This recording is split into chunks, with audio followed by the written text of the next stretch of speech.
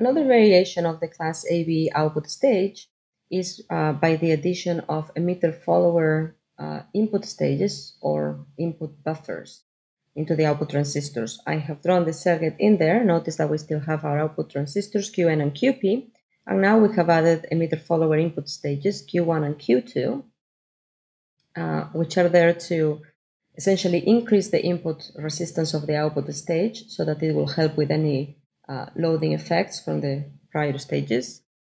But also it helps to bias the output transistors. Notice that from my V-in voltage, which is my signal, I will have a VBE rise across Q1 and then a VBE drop across Qn. And the same thing on the negative end. I will have a VBE drop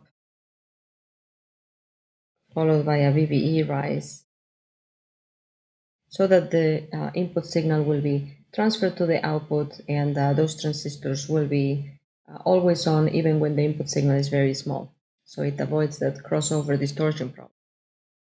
Now notice the addition of R3 and R4.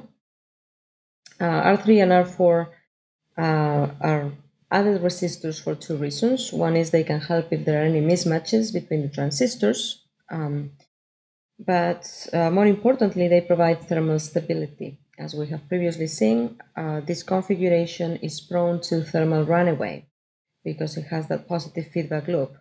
Let's imagine that Qn is sourcing the maximum amount of load current to RL. The power dissipation will increase, the temperature therefore, the junction temperature in the transistor will increase, and an increase in temperature will produce a further increase in collector current, which will produce a further increase in power dissipation and therefore more increases in junction temperature. So in order to avoid that regenerative process, that positive feedback loop, we can add resistors R3 and R4. Let's imagine Qn is sourcing the maximum amount of current. As that current through R3 increases, the voltage across R3 increases, and therefore the value of PVE for that transistor Qn is going to decrease, contributing to decrease in the collector current. And so the end result is that that collector current will remain stable and we will not have that thermal runaway process. So key advantages of this circuit will be increased input resistance and then compensation for mismatches, but most important, thermal stability. Another design technique that is sometimes used in the design of output stages could be the use of compound devices to try to increase the current gain. There are two common configurations: the Darlington pair to replace the NPN output transistor. Notice that the Darlington pair is comprised of two devices, Q1 and Q2, labeled there, where the collectors are joined together and then the emitter of Q1 is tied to the base of Q2.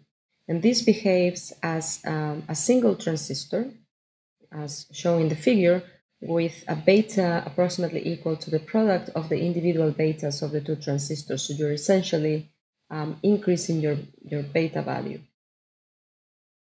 In order to replace the Pnp device of the class AB output stage, typically a compound Pnp transistor is used as opposed to a Pnp Darlington pair.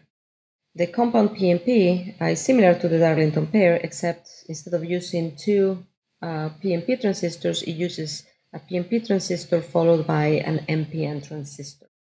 And the equivalent of that configuration is a single Pnp transistor, where again the beta is equal to the product of the betas of the individual transistor. The reason why we don't use a Pnp Darlington is because, generally speaking, the beta of a Pnp transistor is going to be much smaller than the beta of an NPN transistor. And since what we're trying to do here is increase the current gain achieved through that beta multiplication, we want to have transistors that have as high a beta as possible. Here is an example of how those compound devices will be used in a class AB output stage. Again, we have replaced our output NPN transistor with the compound device, the Darlington pair Q1 and Q2, and our Pnp output transistor with the compound device formed by Q3 and Q4. One thing to note, though, is that in this case, in order to bias those transistors, especially if you look at the Darlington pair, you will see that in order to bias those transistors, you need to provide sufficient voltage to turn on two VBE junctions, the one for Q1 and the one for Q2. And therefore, your value of VVB, which will be the voltage between the base of Q1 and your input signal Vin, is going to need to be higher in order to bias these compound devices.